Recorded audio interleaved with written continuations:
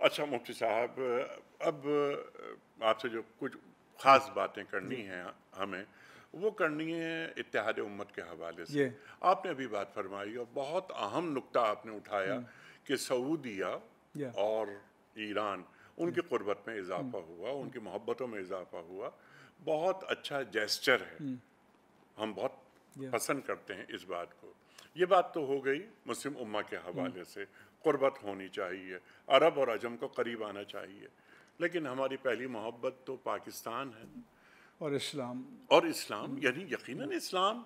लेकिन इन 57 रियासतों में या पाकिस्तान या हमारी जान। या पाकिस्तान में ये जो जो जो मसाइल पैदा हो गए हैं, मसलकी इख्तलाफात, मुहर्रम आता है तो एक टेंशन फ़ज़ा में नमूदार हो जाती है कि क्या मसला हो गया, मुहर्रम आ रहे हैं, तो वो सड़कें बंद हो रही हैं, क्या होता है, वो सील कर दी जाती हैं दुकानें, ये बंदर रोड हमारा या कराची का ये सील हो जाता है, तो एक टेंशन, एक खौफ।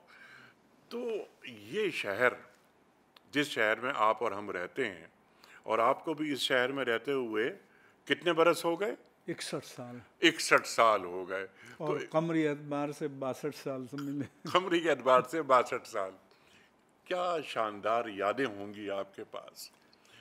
यानी ये बेअमनी इन कराची में कैसे पैदा हुई? अनीक अहमद साहब, मैं अल्लाह ताला के हुजूर पूरी दयानत से कहता हूँ कि ये कराची बहुत प्यारा शहर था।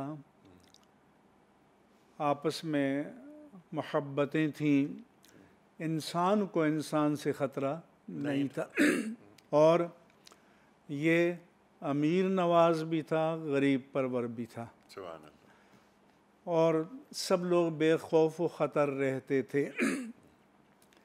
यहाँ तक कि मुहर्रम में अल्लामा रशीद तुराबी की मजलिस शाम गरीमा जी हाँ, हम भी रेडियो पाकिस्तान पर सुनते थे। वजह यह है कि वो पब्लिक एड्रेस में कभी भी मजहबी खिलाफियात की बात नहीं करते थे। सुभान अल्लाह। वो किसी मौजू पर बात करते थे और ताकि लोगों में इंतशार पैदा न हो। यहाँ हुआ ये कि जब इराक़ ईरान जंग इनक़लाब ईरान के बाद शुरू हुई जी तो उसमें यहाँ प्रो ईरान, प्रो इराक़, और इराक़ के पीछे आपको पता है कि सारे अरब ममालिक थे, प्रॉक्सीज़ पैदा कर दी गई और फिर मुसल्लह गिरोह बने, मुसल्लह तसादुम हुए।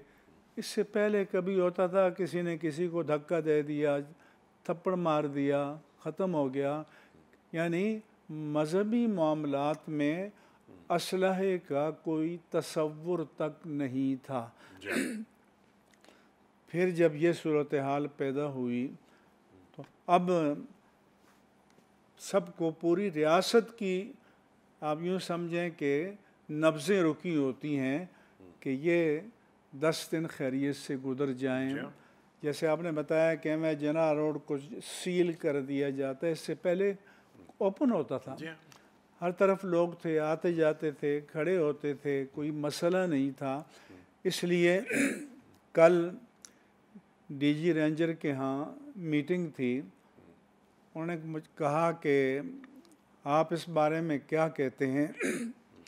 मैंने कहा पहले तो मैं ये गारंटी देता हूँ अपने तमाम अहले सुन्नत की जानिब से कि हमारी तरफ से दीनी मुक़द्दसात के बारे में कोई लफ्ज़ ज़बान पर लाना तो दूर की बात है, हम हाशिए ख़याल में सोच भी नहीं सकते।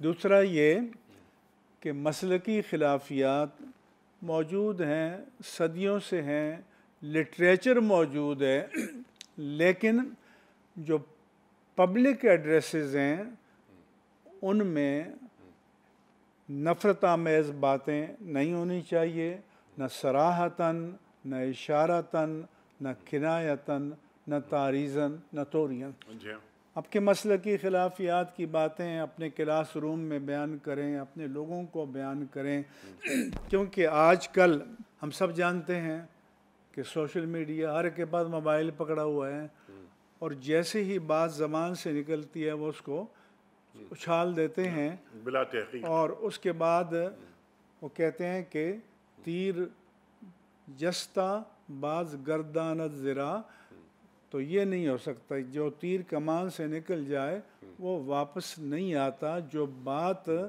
फितना अंगेज़ी की निकल जाए उसको हम विड्रॉ भी करना चाहें तो तो मुफ्ती नहीं कर साहब, जो सकते। माजी रोशन माजी ताबनाक माजी आप बयान फरमा जी रहे हैं, कराची तहजीबी तौर पर कितना तवाना तब्दीली आ गई, फिर आपने बताया कि इराक़ ईरान वॉर के बाद के मसाइल ये, तो जो इराक़ ईरान वॉर से पहले के उलमा थे वो क्या बहुत ही तालीम याफ्ता, तरबियत याफ्ता थे, और उन्होंने इस किस्म के छींटे मारने पर वो यानी क़ीमत भाई हकीम थे, दाना थे, साहिब फरासत थे, जी लफ्ज़ के माना जानते थे, ठीक, और सबसे बड़ी बात आपसे ये कहूँ कि वो कायद व इमाम थे, लोगों को अपने पीछे लेकर चलते थे, लोगों के पीछे नहीं चलते थे। ठीक है, लोगों को अब तो ये है कि जो ज़ाकिर ख़तीब है वो मार्केट को देखकर माल फेंकता है कि नारे किस पर वो लगेंगे। ऑडियंस को कंज्यूमर समझने लगा। हाँ, बस इकोनॉमिक्स यहाँ भी आ गई। आपने बात फरमाई थी कि टेररिज्म,